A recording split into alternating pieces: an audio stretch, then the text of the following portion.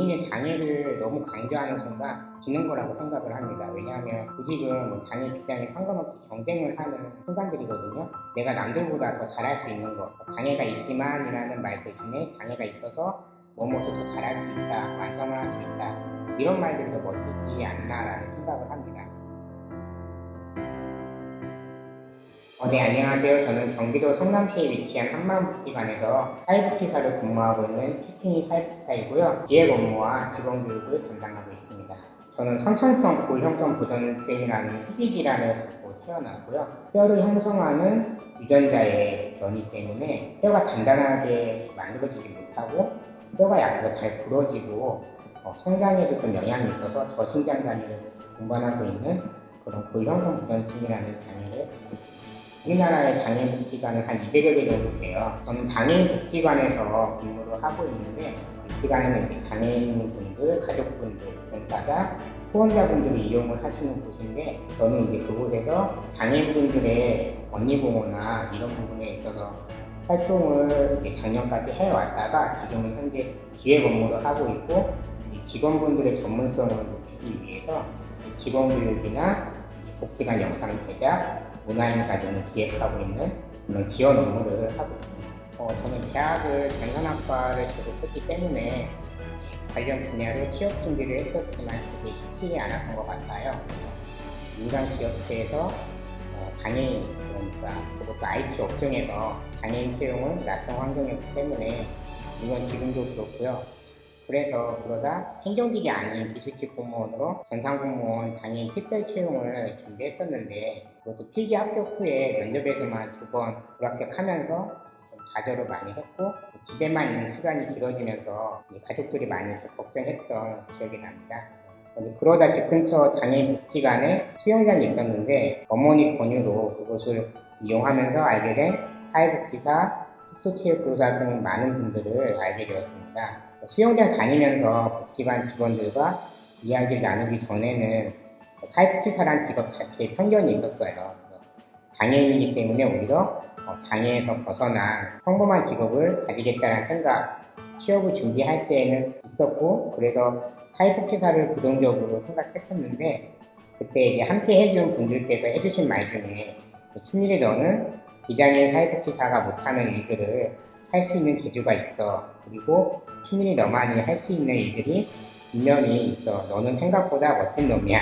이런 이야기들을 들으면서 내가 장애인이기 때문에 더 잘할 수 있는 일도 있을 수 있구나 라는 생각으로 사회복지사를 긍정적으로 바라보게 되고 자신감을 얻게 되었어요. 그 당시 2008년도에 장애인 차별금지법 관련해서 보건복지부에서 주관하는 UCC 공모전에 촬영도 하고 편집해서 출품을 했는데, 최우수상을 타면서 제가 잘하고 싶은 것이 무엇인지 좀 더 명확하게 알게 된 계기가 되었습니다. 자신감을 얻어서 2009년 2월에 서울에 있는 한국복지관에서 사회복지사 채용 공고에 응시해서 현재에 이르게 되었습니다. 복지관을 나가는 순간 굉장히 불편한 것들도 많거든요. 이런 어떤 업무 외적인 부분, 공식적인 업무가 아닌 비공식적인 만남이나 약속이나 사회활동에 있어서가 조금 많이 불편한 것이 좀 더 많고, 그런 것들이 아닌 부분에 있어서는 업무적으로는 크게 어려움이 없었던 것 같습니다. 본인이 장애인 당사자로서 비장애인 사회복지사가 경험할 수 없는 장점들을 찾는 것이 저는 굉장히 중요하다고 생각을 합니다. 그래서 예를 들어서 장애인 당사자를 위한 권익공유나 동료 상담 같은 경우는 비장애인 사회복지사분들이 하기에는 한계가 있거든요. 우리들은 장애인 복지 정책이나 어떤 서비스 경험들이 삶의 일부이기 때문에 좀 더 진정성 있게 다가갈 수 있다고 볼 수 있고요. 사회복지사로 일한다는 게 어느 정도 희생이 필요한 것 같아요. 내가 일한 만큼 성과가 높다고 해서 급여가 더 오르는 것도 아니기 때문에 일반적인 기업들과 비교하는 것은 좀 다소 무리가 있는 것 같아요. 여기는 사회복지시설 종사자들은 장애인이 사회복지사가 될 수 있지라는 편견들이 여전히 있기 때문에 장애인복지관의 그런 주요 타겟이 발달장애인과 가족과 관련된 서비스거든요.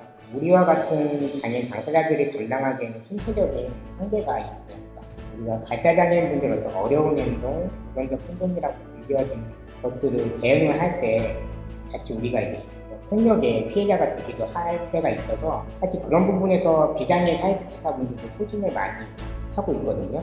근데 그럼에도 불구하고 저희들이 그런 서비스 현장에 있었을 때 좀 한편으로는 두려운 마음이 여전히 있고 저뿐만 아니라 다른 장애인 사회복지사들이 실제 어떤 기획 업무뿐만 아니라 직접 사업을 하는 데 있어서 단점이나 그런 부분들을 중간 관리자들도 굉장히 좀 많이 고민을 하시는 것 같아요.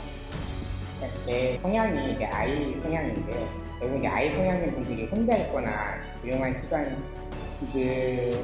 좀 갖고 있을 때 에너지를 많이 충전을 받잖아요. 근데 이제 이런 분들이 사람들을 만나는 게 금방 소진되고 그러다 보니까 근데 이제 장애인복지관은 되게 많은 사람들을 만나는 곳이거든요. 화가 많은 사람들이거든요. 슬픈 사람들, 자존심이 센 사람들 그런 다양한 사람들과 함께하는 것 자체가 버겁다고 느껴지면 금방 소진되는 분들이라면 추천하고 싶지 않고요. 사람들과 만나면서 에너지를 채워가는 성향인 분들은 다양한 분들과의 대화나 그런 만남이나 해결 과정에서 오히려 좀 더 사람들에게 더 적극적으로 접근할 수 있기 때문에 오히려 적성이 맞을 것 같아요. 사회복지 현장에 계신 분들을 만나기 위해서 저는 기회를 많이 만드는 게 중요하다고 생각을 합니다. 나에게 어떤 기회가 생길지 모르기 때문에 그렇거든요. 그래서 저도 계약을 전산학으로 졸업을 해서 복지관에서 이용자로 있었기 때문에 이용자에서 동료가 되었던 것처럼 어떤 기회가 생길지 모르기 때문에 현장에 있는 사람들과 많이 만나는 게 중요하다고 생각을 합니다. 역시 사회복지사가 휴먼 서비스다 보니까 많은 사람들과 만날 수 있는 행사나 기관들을 다니면서 본인의 존재와 장점을 지속적으로 드러내는 과정이 꼭 필요하다고 생각을 해요. 그런데 요즘은 이제 복지관이 언택트 시대다 보니까 예전보다 이제 비대면 행사들이 많이 하거든요. 공모전이나 체육원 같은 그런 주제의 온라인 이벤트들을 많이 하는데 그게 더 다양해서 시작은 취직보다는 봉사나 관련 행사 참여 이런 것들을 통해서 현장에 있는 사람들과 연결되는 것이 무엇보다 굉장히 중요하다고 생각합니다. 제가 사회복지사가 될 수 있었던 거는 제 편을 많이 만드는 과정이 있었기 때문이라고 저는 믿거든요. 비전공자지만 관심이 많다고 하면 일단 제가 말씀드린 이러한 네트워크 활동부터 시작하는 것이 굉장히 중요하고 나머지 그런 사회복지사 자격증이나 관련 전공이나 실습에 대한 것들은 시간이 지나면 자연스럽게 해결이 되는 거라고 생각을 해요. 어떤 분들은 그 나머지를 먼저 시작을 하다 보니까 현장에 있는 그런 사람들을 알지 못하고 좀 더 금방 지치시는 분들도 많이 봤거든요. 기술적인 부분을 말씀드리면 사회복지사는 실천한문이거든요. 저를 채용하고자 하는 기관에서 뭘 원하는지 그리고 장기적으로 저를 채용하고자 하는 직무 외에도 제가 어떤 가능성을 갖고 있는지를 강조할 수 있는 그런 경험이나 경력 등을 기술하는 것이 중요하다고 생각을 해요. 저 같은 경우도 전산학을 전공했기 때문에 채용 분야가 정보과학 교사였거든요. 장기적으로는 제가 당사자로서 현재는 정보학 교사로 채용을 했지만 복지관에서 장기적으로 더 다양한 직무를 소화할 수 있다는 것을 그런 가능성을 보여주려고 노력을 했던 것 같아요. 저의 경험들이 어떻게 보면 그런 강점이라고 생각을 하고 제가 과거에 경험했던 특수학교에서 다니면서 장애 학생들의 삶을 이해하고 저의 장애뿐만 아니라 타인의 장애 그런 삶들 안에서 여러 가지 장애를 이해할 수 있었고 그 취업난 속에서 비장애인과의 경쟁이 이렇게 살아남을 수 없는 그런 사회적인 구조적인 문제를 누구보다 잘 알았기 때문에 결국에는 이제 복지관을 이용하는 장애인들도 저와 동일하게 적용을 할 수 있거든요. 그래서 그렇다고 하면 이런 면접자들도 저의 그런 기술이나 경험들을 통해서 발견할 수 있도록 자기소개서나 경력사항에 그런 것들을 많이 기술했던 것 같아요. 그리고 또 하나는 이제 이성적인 부분인데 질문을 할 때 대부분 휠체어를 타고 어떻게 출근할 것이냐, 일할 때 어떤 불편함이 있냐, 일을 하면서 내가 다른 동료들이 모르는 어떤 변수가 생길 수 있는지 그런 질문들을 많이 하는데 그런 질문에서 처음에는 되게 많이 좀 소극적으로 대응했는데 당당하게 반응할 수 있는 힘이 되게 중요하거든요. 근데 그런 힘을 노력도 필요한데 관점의 차이인 것 같아요. 내가 부족하기 때문에 출퇴근을 물어보신가라고 처음에는 경험을 했거든요. 그렇게 느꼈는데 내가 장애가 있기 때문에 비장애인과 다른 변수나 문제점이 생길 수 있다는 것을 이제 물어보는 거에 대해서 그 질문에 너무 집중하다 보니까 결국에는 내 부족한 것만 자꾸 설명하게 되는 악순환이 생기는 것 같더라고요. 그 휠체어를 타고 출퇴근이 어려운 그런 무기력인 거리와 위험을 줄이기 위해서 최대한 이제 저는 복지관과 가장 가까운 곳에 이사를 할 거다. 이런 식으로 좀 답변을 했으니까 그런 최소한의 그런 위험이라고 말하는 것들에 대해서 저는 애초에 그런 위험이 없는 부분으로 이미 준비를 하고 있다. 이런 것들 좀 더 많이 강조했던 것 같고 또 뭐 제가 무거운 물건을 들기 위해 그런 어려운 상황에서는 뭐 어떤 부분은 혼자 들 수 있다.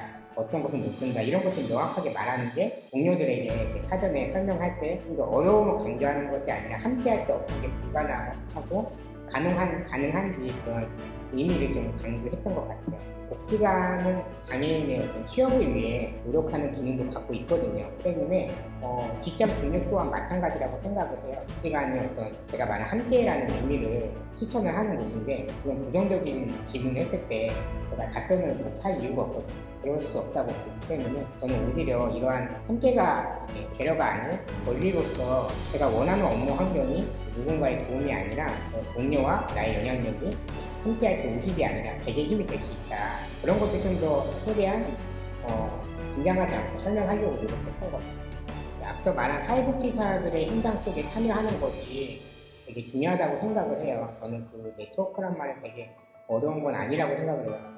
현장 속에 같이 어떻게 참여할 것이냐. 그래서 이제 아까 말씀드린 행사나 공모전, 자원봉사를 통해서 자신의 어떤 재능을 노출을 하는 게 중요하고 그런 기회들을 만드는 것인데 이런 것들을 반복하다 보면 누군가는 이제 본인의 잠재력을 발견해주는 사람이 저는 온다고 믿거든요. 제가 그걸 경험을 했기 때문에 그렇게 누군가에게 저의 가능성을 계속해서 보여주기 위한 기회를 만드는 게 중요하다고 생각을 해요. 그래서 그런 경험들 때문에 저도 지금의 제가 있다고 볼 수 있습니다. 저는 장애인 구직자분들에게 말씀드리고 싶은 것은 자신의 장애를 어떻게 당당하게 보여줄 수 있을까 그 고민부터 하고 일단은 장애인 구직 현장에 뛰어드는 게 중요하다고 생각을 해요. 왜냐하면 일단 사람들은 장애에 익숙해 있지 않고 장애가 단순히 TV나 영화에서만 봐왔던 그런 개념이었기 때문에 실제 같이 현장에서 일을 한다는 것도 다른 부분이거든요. 그렇다고 하면 우리가 영화에서 봐왔던 장애인 공식적으로 장애인이 왔을 때 어떻게 에티켓을 하고 엘리베이터가 있어야 되고 이러한 어떤 그런 과정보다는 실제 장애인이 딱 들어왔을 때 이 사람에 대해서 내가 어떻게 해줘야 되지? 그런 고민들을 사람들이 고민하게끔 만드는 것보다 먼저 난 이런 게 있어서 불편하지만 이렇게 해줬을 때 여러분들에게 어떻게 해줄 수 있다. 라는 말들을 먼저 했을 때 이게 공론화가 되는 거예요. 개인의 장애가 나의 개인의 어떤 고민이 아니라 같이 고민할 수 있는 계기가 되는데 비장애인들만 자꾸 고민하게끔 만드는 거예요. 시설은 좋아지고 정책은 좋아지는데 거기까지인 거예요. 왜냐면은 그것까지는 공식적으로는 최충이라는 사람이 일을 하는 데 있어서 무엇이 불편한지는 이미 가이드라인이 있거든요. 휠체어 높낮이, 책상이나 어떤 엘리베이터나 경사로 이런 것들은 충분히 구비가 되어 있지만 실제 같이 일을 하는 것과 그런 물리적인 정책하고는 다르기 때문에 그것을 맞추기 위해서는 여러분들이 먼저 나의 장애가 이러한 환경들이 있을 때 그럼에도 불구하고 같이 할 수 있는 고민들을 좀 먼저 해달라. 그러기 위해서 여러분들이 당당하게 보여줘야겠죠. 정체성으로서.